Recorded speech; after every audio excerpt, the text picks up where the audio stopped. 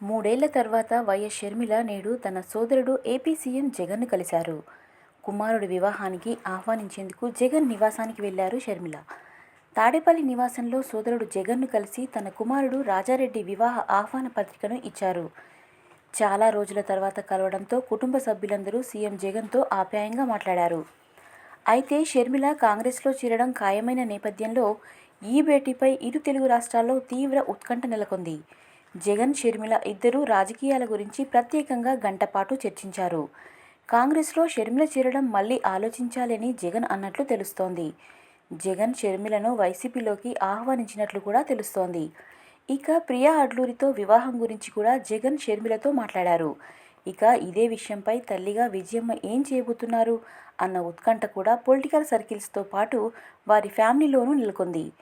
జగన్ షర్మిలను వైసీపీలోకి ఆహ్వానిస్తారా, ఏదైనా పదవి ఆఫర్ చేస్తారా అన్న టాక్ కూడా నడుస్తోంది. మళ్ళీ అన్నా చెల్లెలు ఒకటి అయ్యే అవకాశం కూడా ఉందంటూ కూడా చర్చించుకుంటున్నారు. ఇక షర్మిల కుమారుడు రాజారెడ్డికి వివాహం నిశ్చయమైన విషయం తెలిసిందే.